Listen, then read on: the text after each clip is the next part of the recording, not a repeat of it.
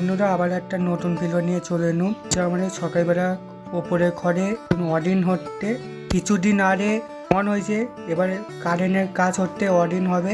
আর যে মাটি চন্দন সবাইকে শুভেচ্ছা, সবাই ভালো কাটুক। পাকাটা লাগানো কমপ্লিট হয়ে গেছে, লাইটও লাগানো কমপ্লিট হয়ে গেছে। বোর্ডটা ফিট করতে ধরেও একটা পাকা লাগানো হচ্ছে।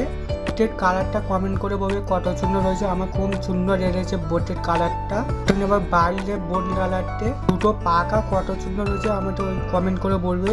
অন্য তোমাদের আর একবার ভালো করে দেখা কত সুন্দর লাইটের কালারটা আমাকে কমেন্ট করে বলবে।